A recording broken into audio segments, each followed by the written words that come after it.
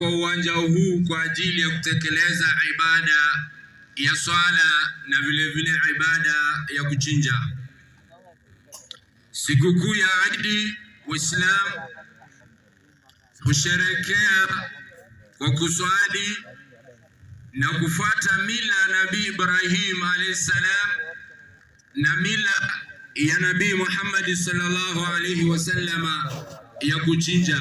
Allah subhanahu wa ta'ala anasema fasalli li rabbika wanhar, swali kwa ajili ya Allah subhanahu wa ta'ala na uchinje kwa ajili ya Allah subhanahu wa ta'ala.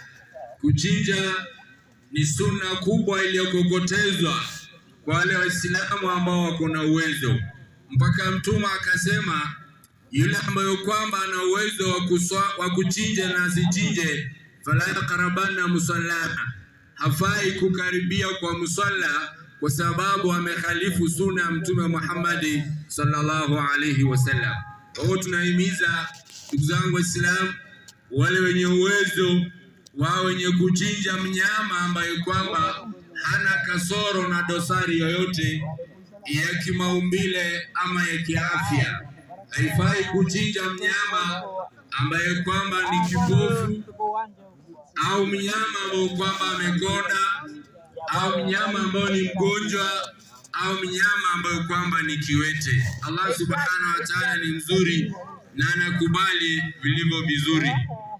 Kondoo ni kuanzia miezi 6 unaweza kuchinja, mbuzi kuanzia mwaka 1, ng'ombe kuanzia miaka 2 na ngamia miaka 5 kwenda juu hata miaka 4 vile vile inaweza kubalika.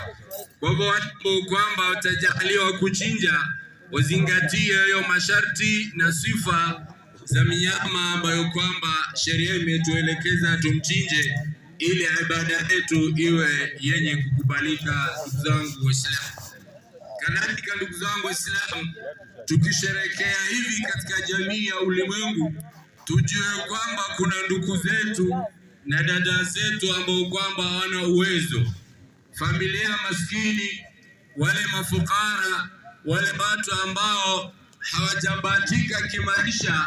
Tuwakumbuke, tuwe wenye kualika, tusherekee na hao ama